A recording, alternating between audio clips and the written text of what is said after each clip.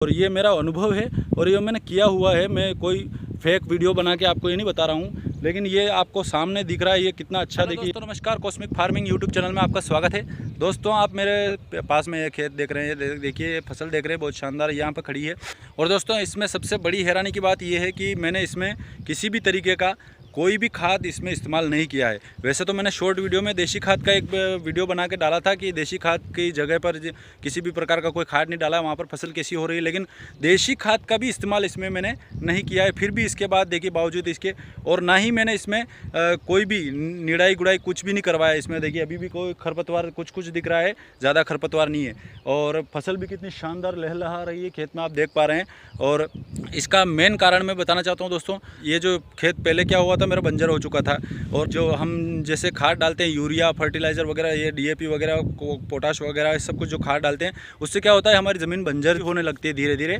उसमें उत्पादन क्षमता थोड़ी कम हो जाती है, क्योंकि उसमें सूक्ष्म जीवों का समूल नाश होने लगता है, जिसके कारण हमारी फसल सही से उपजाऊ होना धीरे धीरे बंद हो जाती है। और खाद की क्वांटिटी हर साल बढ़ती ही जाती है। जैसे इस साल अगर 1 कट्टा हमने डीएपी डाला तो अगले साल 1.5 कट्टा 2 कट्टा इस करके हमारे को क्या होता है कि वो बढ़ाता जाना पड़ता है, खाद की क्वांटिटी बढ़ती जाती है। तो दोस्तों अगर आपके भी कोई ऐसा खेत है, उसमें अगर उपजाऊपन ख़त्म हो चुका है या वो बंजर होने जा रही है, वो ज़मीन बंजर हो चुकी है, तो उस खेत को हम रिकवर कैसे करें। दोस्तों उस ज़मीन को हम बिना किसी खाद और बिना किसी फर्टिलाइज़र की इस्तेमाल किए हम उस ज़मीन को पुनः उपजाऊ कर सकते हैं, और इतना उपजाऊ कर सकते हैं कि उसमें फसल बहुत शानदार रहेगी। और हाँ, उसमें दूसरी बात यह है कि जब हम दूसरी फसल बोएंगे सोयाबीन वगैरह कुछ भी, तो उसमें क्या होगा, खरपतवार भी बहुत सीमित होगा। कुछ मेरे हिसाब से तो कुछ होगा ही नहीं, अगर हो भी गया तो छूट-फूट हो जाएगा, जिसमें आपको निड़ाई गुड़ाई करने की भी ज़रूरत नहीं पड़ेगी, नहीं के मुकाबले रहेगा। तो दोस्तों ऐसा कौन सा उपाय है जो करने से हमारा खेत बहुत जोरदार और उपजाऊपन उसमें आ जाएगा। बहुत सारे लोग क्या कहते हैं, मूंगफली की फसल बोने से दूसरे साल उसमें लहसुन वगैरह कुछ बुआई करते हैं, तो वहाँ पर उपजाऊपन बढ़ जाता है, जिससे उसका खाद लगता है मूंगफली की पत्तियों का, जिससे वो दूसरी फसल अच्छी होती है। तो दोस्तों वो भी उपाय एक तुच्छ कह सकते हैं, वो छोटा है मेरे हिसाब से। जो मैंने क्या हुआ कि इस खेत में मैंने पिछले साल मैंने तुलसी की फसल बोई थी।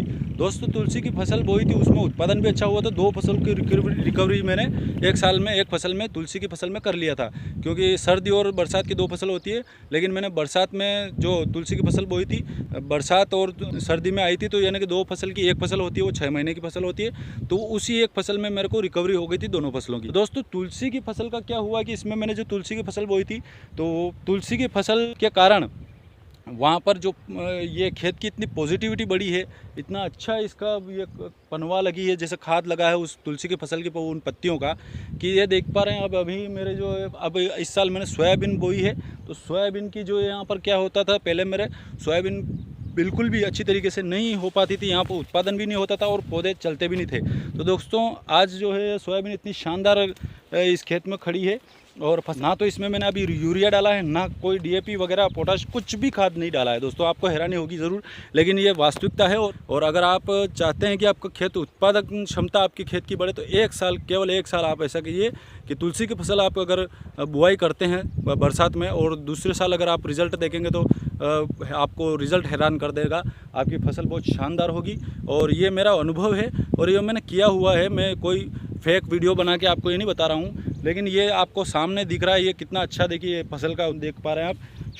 सोयाबीन की फसल है, पड़ोस में जो फसल है उसके मुकाबले भी, और यहाँ पर ये फसल आपको वैसे भी दिख रही होगी।